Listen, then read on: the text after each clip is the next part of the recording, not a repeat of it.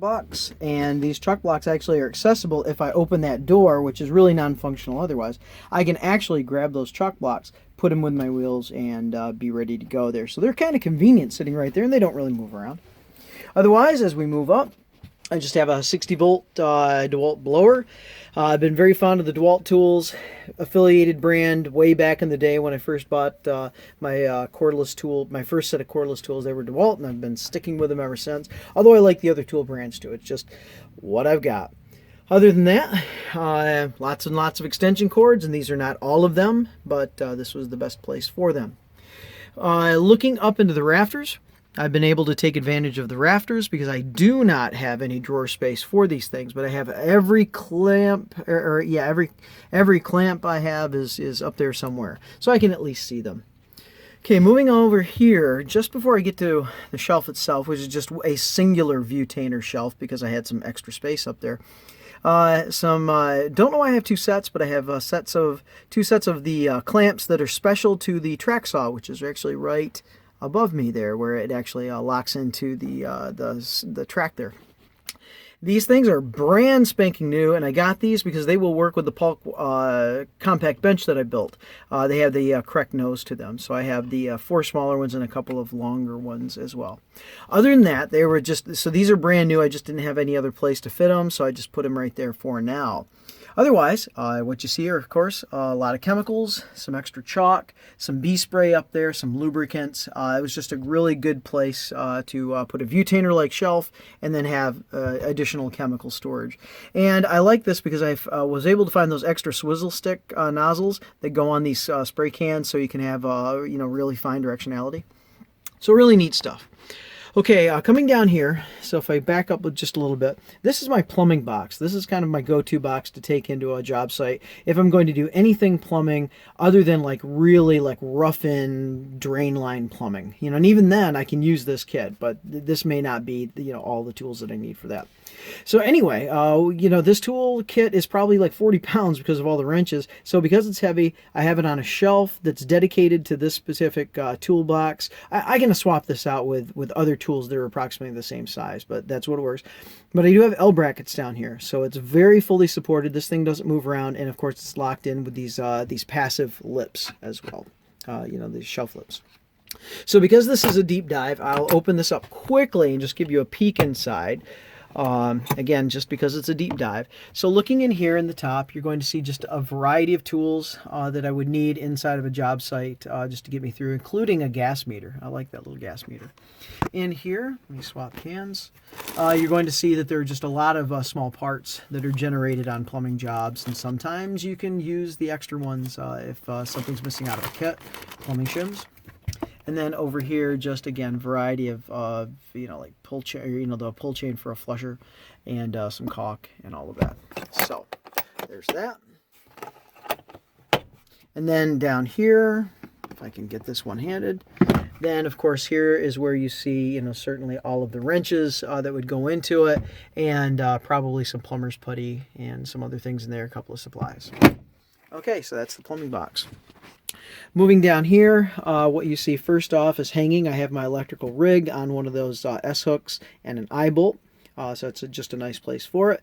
That can come off pretty quickly to get to the sawhorses behind it. I have a couple of the inexpensive, like $20 set Stanley sawhorses. Love those things. They're lightweight, but they're pretty rugged. And, they're 20 bucks. What's not to love? Behind that, I have my old table saw stand. And I still have it right now because it will kind of work with the new saw that I have, but that will eventually go away, and whether I replace it or not, I don't know. Behind that, as far as the hanging system, I do have a 2-step ladder, and that silver bar that you see back in there, that is actually the T-brace. It's the stand that will support heavy loads on my extended Dewalt arms. So that just is an arm support. Here's my contractor's rig just hanging. That's pretty much where it lives. I've tried various places in the trailer, but that's the best place currently for it to live without it being like completely broken down, so it's kind of softer and can fit in a bucket or something. It's not really outfitted for anything right now, just the basic tools I would have on any particular job, but I'll outfit that as I need to when I go into a job out of one of my drawers. Other than that, if we look over here, you see a lot of bungees, reminiscent of the days when I had a truck and would tarp things up and everything with an open bed truck. So I have all my bungees still kind of stretched out and ready to go so I can see what I've got. Extra brand new hose, so I can actually have, I think, 200 feet of hose for air tools. Behind that is just an old extension cord that winds up, and of course my 300-foot soft tape. Down here, just a little bit of extra wire from a couple of jobs that I've been doing. And also, I just installed a dehumidifier and a condensate pump, and that's just some extra hose for a condensate pump.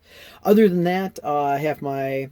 what is that? That's the tripod, actually. Looking through my phone, it didn't look right. That's my tripod for my laser level. Of course, spare tire, why not? A couple of extra buckets from Lowe's, a couple of safety cones just in case. Here's the reel system. So I have reel system for my 100-foot 10-3 extension cord and for my 150 feet of air hose. Of course, all of both of these will pigtail onto the trailer. This one, of course, is pigtailed. If we follow that pigtail over, then you just see that it comes all the way down into here, and it actually forward feeds the electricity through this outlet and feeds the rest of the trailer. It goes back into focus. There we go. My compressor lives here. It never comes off the trailer, and it's always plugged in. Of course, it's not on now, so it doesn't cycle. On top of this is a mortar mixing tray. It's the smaller version, but what I use this tray for also, besides mixing mortar or thin sets or whatever like that, is I also have used this to, when I'm taking toilets out or installing new toilets, that I can put the old toilet in this thing, and it can hold it and keep the mess down to a minimum as far as wax rings or water or anything like that I think can come out of here. So I like that. Plus, just an extra tarp. Okay, moving up. Oh, let's see. I guess doing the cubbies. But just before we do the cubbies, let me sneak over here and look down. I don't know if you can see it or not. But there's a hole with one of those electrical, they call them pullers, I guess. So those pull assist. And I have one here and one actually on the bottom of that hole on the outside of the trailer. And it really does help facilitate these things going in and out easily when I'm pulling them from a distance through the trail, out of the trailer, or winding them back in. Okay, hitting the cubbies quick. I've tried to really maximize using these cubbies, so I'll actually have extra parts besides the tools themselves, which limits how much I put in the drawers. This is my grinder, so anything grinder at the moment is right there. I have next to it my trim guns, so I have a 16 and an 18 gauge right there. I am missing one of my 16s, that's why there's kind of an empty spot. And I have a lot of pneumatic oil kicking around. Plus some, looks like I have manuals in the back there, so just in case I need to effect a repair. Over here I have probably an 18 gauge brad nailer. Then I would have an 18 gauge crown stapler, and I would have a 23 gauge pin nailer. Glad I figured out what to use this for. Then it's become my go-to tool in a lot of cases for things. I had it for a long time, never really used it until I saw, I think, Ron or somebody else online actually using a 23 gauge pin. I said, oh my gosh, I should use that. And now it's really cool. It's a go-to. And of course, it's pneumatic oil in the back. Right here is a T50 Electric Stapler. Bought that a long time ago when I was on a huge insulation job, and it was just really nice to have an electric stapler. Saved the squeezing strength, right? So no place to put the sandpaper. Drawers are really maxed out as far as things go, so no place to put the sandpaper, and so I was able to donate a couple of cubbies. These cubbies, I can't say enough about them as far as being able to rearrange them by just taking this strip off right here with a few screws. That lip comes off. These things can then slide out, and of course rearrange them in any way, shape, or form you want to as far as the width that you need. So, because these could all be individual tools if you wanted to, individual little cubbies, but it's nice just to have all three of them there. So with that, I just recently rearranged all of this and kind of grouped tools back together again because of this right here. Finally, I was able to afford a track saw. I had a job I could justify it, and actually just some of my profits went to that. And so I've been very, very happy with this 60-volt Dewalt track saw. I'm a Dewalt guy, so of course it's Dewalt. I have the long track, which is 102 inches, and I have the medium-sized track, which is 59 inches, and just been ecstatically happy with it. And I wanted to fit it in my cubby system. I did not want to use the T-stack box because that T-stack box is beautiful, but man, it's huge. So just no place for it. And so I was able to fit it here, so I'm very happy with that. Okay, moving on down quickly. I have a barrel grip Jigsaw. That's relatively new. I think the same job that I afforded that, I was able to kind of squeeze that one in and justify the purchase. And then I just received, not too long ago at the same time, I went ahead and bucked up and ordered the Collings coping foot. I think I was like $30. Here I have my multi-tool or oscillating tool, whatever you call it, and I do keep one blade ready to go. I have other blades in a drawer that I can grab when I need other specialty blades. This is my cordless router, and I think it's normally set up for roundover. Now, to maximize these cubbies, here's what I've done. I've multi-stacked tools in there, and I always stack whatever is necessary, whatever my go-to tool first is in first, and then the deep storage is the tool that I don't use a lot. Now, this is actually a relatively brand new purchase because I'm about to do drywall, so I went ahead and got one of these cordless drywall guns from Dewalt. It actually was a kit. I found it on sale, so I got the laminate trimmer, and it came with a couple of these 2 amp hour batteries and a charger that honestly I did not need, but I have it anyway. Here is a couple of my remaining 18 volt drills. So I have very little 18 volt left, but here are the drills, and they're still functional. I still use them, and I have chargers still. So I have a couple, 3 batteries that are lasting, so I'll just continue to use it. Here, again, you can see I'm kind of triple stacking at this point. I have a brushless impact. And then back in there, I have one of the old 18 volt, but it's been converted to 20 volt. One of my my only right angle drill. And this is, my wife gave this to me. It's a 7 volt Dewalt, basically cordless screwdriver is all that is. So she gave me the kit, and I broke it down, and there that sits. And I do have a couple of the 7 volt batteries. So there you go. So that. Then I have also another brushless impact driver, and I'll tell you the reason why I have a second brushless in a moment. And then behind it I have that's my older hammer drill, so a 20 volt hammer drill back there all keyed up and ready to go with the drill bit. Then over here I have yet one more. Talk about an excess, right? You know, only in America. So I have my other, this is my oldest one, and it has brushes as far as an impact driver. Now, I just recently completed a lake job where I put a deck down on a dock. This went in the water not once but twice and was non-functional, but I blew it out, WD-40'd it and everything else, and by golly, it came back. But I was worried that it wouldn't, so therefore I went ahead. I bought one off of eBay. It was used from some guy, and so I got it for like $40 or $50. So I could afford to have an extra one. But yeah, this thing came back. So man, beautiful tool, love it. Thank you, DeWalt. So now I have 3. So I'm living in excess. Of course, over here I have my what are these? Those are flashlights. That's what they are. So here I have flashlights. I have my 20 volt, and then back in there I do have an 18 volt, and I love that because of the gooseneck, the adjustability of it. They should make a 20 volt version of this, of that, and 20 volt, and or I should probably just buy one of those converters so I could run 20 volt off of it. But man, I love that thing. Okay, so where do I go from here? Let's move on over to here, and I'll just stick with the end because it's about to get dark. So, of course, showing up at job sites, I've always been frustrated that you show up, you think you have a couple of pencils in your belt, and then can't find them. So I am never going to be without a pencil again as long as I'm with this trailer. So these things are jam-packed full of pencils. I am ready to go. Markers, of course, who doesn't use Sharpie markers? And then these are just kind of quick grab go-tos, just ready to go pencils. Here's a marker in there too. Glasses, because my eyesight is starting to fail as far as seeing things near up. Discovered that when I was doing plumbing, and plumbing's just like right in your face, and I couldn't focus, and I realized I was starting to lose some eyesight issues as far as the ability to focus, and now I have cheaters, I guess. Contractor calculator, some extra pads, the remote control for my LEDs, and then a couple of reference tools. Up here, utilizing magnets, and often when I'm like swapping drill bits out to go and do whatever, that's drill bits I typically keep in my drill. I just go ahead and stick up there, and they live there until I swap them back. Otherwise, I have a running shopping list that is just held on by a magnet and this extra Allen key. So whenever I go into a store, I may take that with me and just see what I can get off that list when I need to. Always at the ready, got a utility knife, picks, and tweezers. Of course, you can see, colored pencils, small tipped markers, big fat bodied colored markers, and just ballpoint pens, and erasers.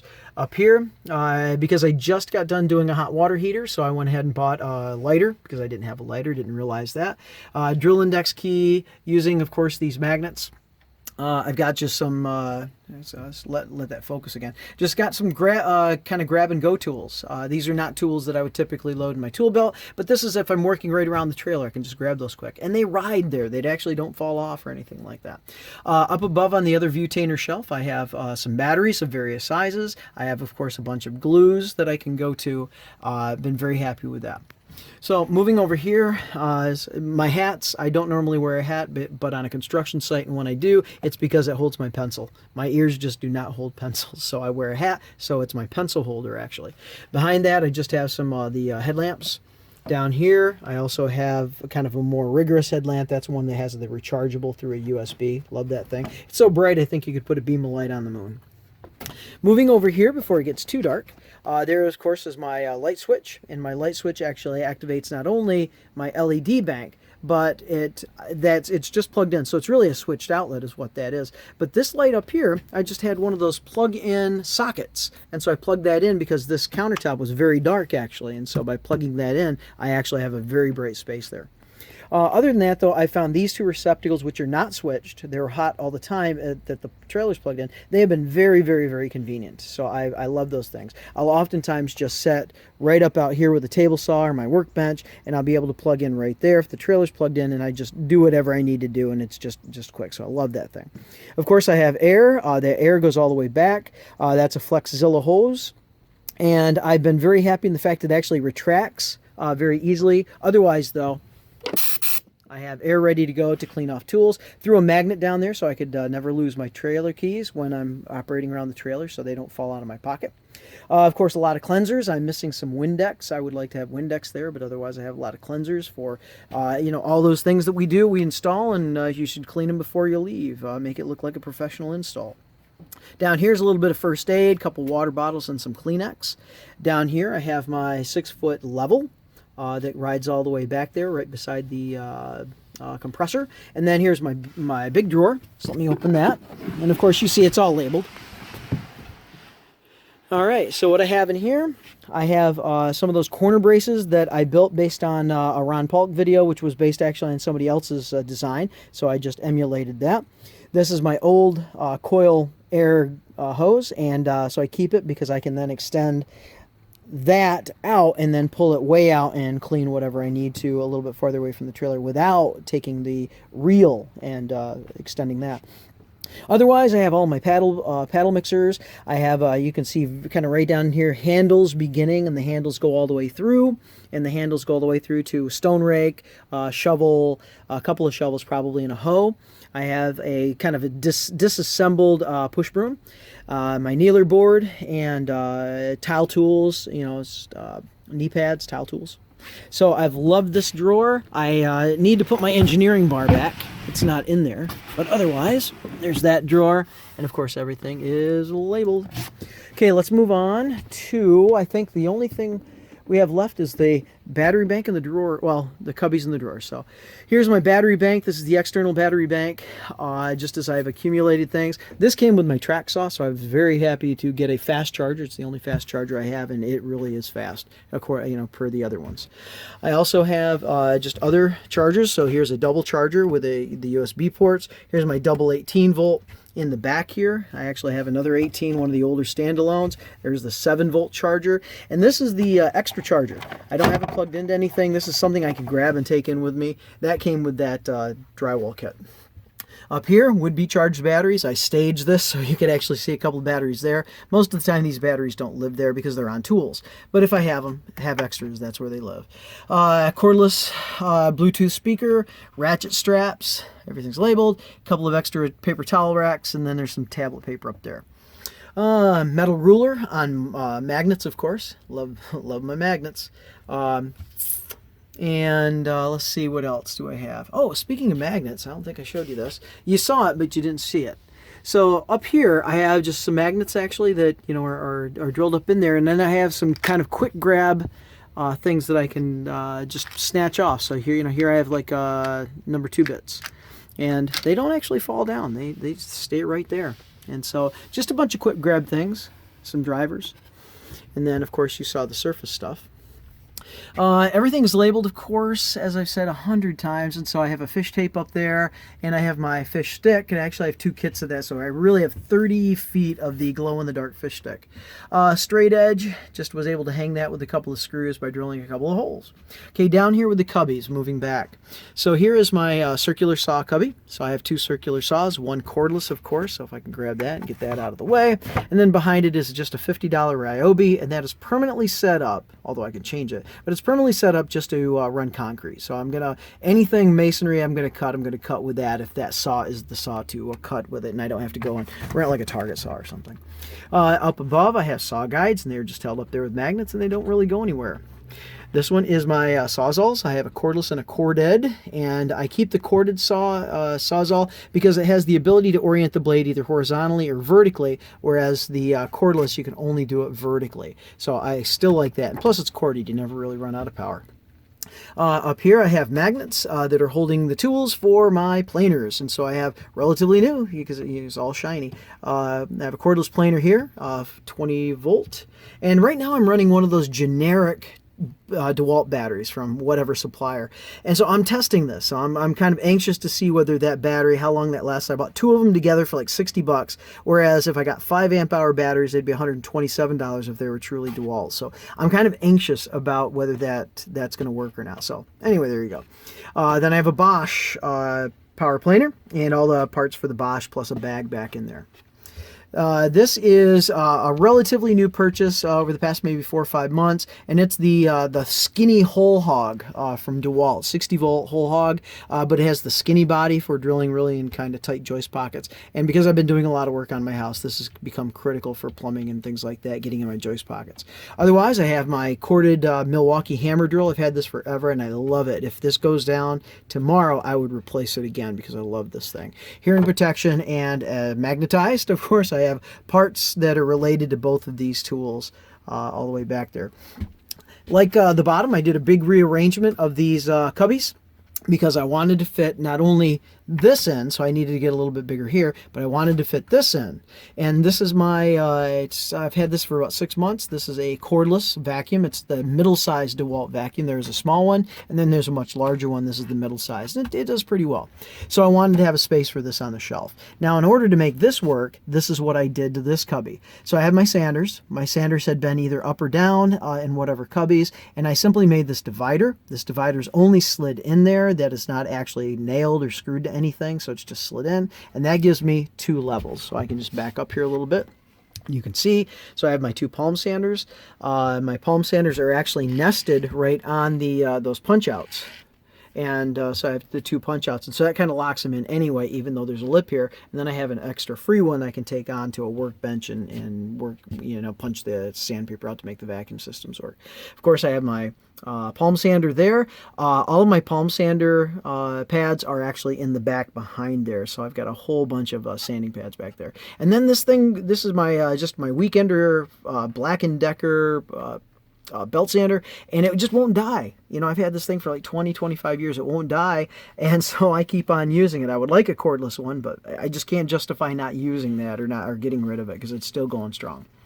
Other than that, the last cubby is just my large air nailer. So I have my framing nailer, I have my roofing nailer, I've got a palm nailer, and then I always keep a lot of air oil, pneumatic oil, in the back there. So there's my cubby. Okay, last thing before we go down to the drawers is simply up here labeled. I have a bilge pump. I love this thing. I think I saw it on Homes on Homes or something like that. And this thing right down here, let me kind of scoot back. So this thing right here, if you've never seen one of these, because I hadn't before that, because I'm not a boat guy, but it's for boats, and it's to clean out the bilge. And basically, it's just, you pull this handle up, it creates a suction in here, it pulls up water, and then ejects the water out of there, so you could dump it over the side of the boat, so you could basically bail your boat out. Great for toilets, getting the water out of the tank and eventually getting the water out of the bowl. Of course, you flush it a few times, make sure you're dealing with clean water and not anything else. But man, I love this thing. I've been very happy to find this. It took me a while on the internet, actually, Amazon, to find one that was exactly in that style. So that lives up there. Okay, so lastly, we have the drawers. And so for the drawers, I will go relatively quickly because they're all labeled. So I'll just open them up, show you quick, and then I will close it. So this one is hammers and sockets, and there's a lot of room in this drawer. So this drawer can be repurposed if I wanted or add more. So random sockets, bunch of hammers, and then just some extra storage over here that of things I am not using. Then we have saws and blades. So that's what I have down here. This thing is labeled like the Batcave from the 1960s Adam West show. And, you know, just here I should say bat ratchet and bat sockets. And over here I should say bat hammers. Everything was labeled. I love that. And so I don't forget where it is. I've labeled everything to the point of probably it's over-labeled. Okay, so of course all of my hand saws, some specialty saws, like this is for like Roxwool insulation, coping saws, hacksaw of course. Coping saw blades, all labeled up. Jigsaw blades, some parts for my oscillating tool, long blades that don't fit anywhere else, and then I have a lot of multi-tool blades now, and then I have two kits, one for metal blades and one for wood blades for my Sawzalls, and of course dado stack. Okay, moving over here, I'll start with the top drawer, which is a skinny drawer, wrenches and pliers, and of course, you can't see the other label. It says Allen keys and chisels. So, basically, just hand tools, just all of my overflow hand tools you see, you know, chisels and wrenches and small screwdriver kits and tons of Allen keys, which of course, I could reduce those down. I have a few hand files. Next one down is going to be staples, stapler, and more importantly, oops, I'm sorry, finish nails. I can't really see because it's a narrow aisle. Okay, so here we go. I pull that back a little bit, sorry. So here are all my finish nails that I would go to do any kind of trim with all of my air nailers. And I do have some hand nail brads in here as well. Staplers, got a T50 squeeze stapler, T50 slap stapler, all kinds of T50 staples, which also go along with the electric stapler as well. But here's my entire kit of air nails for trim. Let me get this. There we go. That one's a little tight because it's heavy. Okay, here's the next one. This one is all things plumbing that don't go in that one plumbing box that I have. So here I have, you know, basically my plumbing drawer for, you know, larger scale plumbing. And I have a lot of copper fittings because I still do sweat copper. Certainly I've been doing PEX a lot when it's required.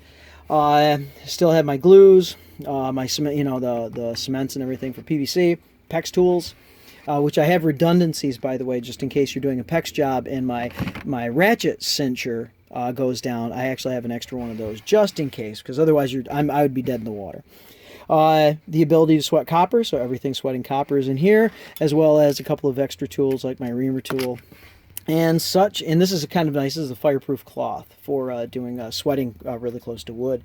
I had a lot of space in here, so I was able to do all my hole saws, so they live in here. And then right in the very back, I don't know if you can see it, but right in the very back, I have actually in the back there, I do have a lot of plumbing parts that are just extra. And it's like one or two. You know, I can certainly affect a small repair if it's unexpected using those. Okay, moving down here, I have routers and saw accessories. Or a router and saw accessory. So, hang on. That one was a heavy drawer, so it required actually me to reposition. So here we go. Of course, I have a corded router. I think it's a 1.5 or a 2 horse Dewalt. I've got the plunge system. I have a few router bits. I probably should have plenty more, but I have a lot of router bits to cut at least. My bench dog system, bench dog holes, saw parts. The $1 million set of fingers that I found online, so holding things close to a miter box saw, you can actually use those and not your fingers. Some tools to actually do some adjustment and repairs on my saws, and of course parts for my miter box stand, and a couple of miter gauges. And my feather board. Okay, moving here, we'll start at the bottom and go up, and we'll finish right there.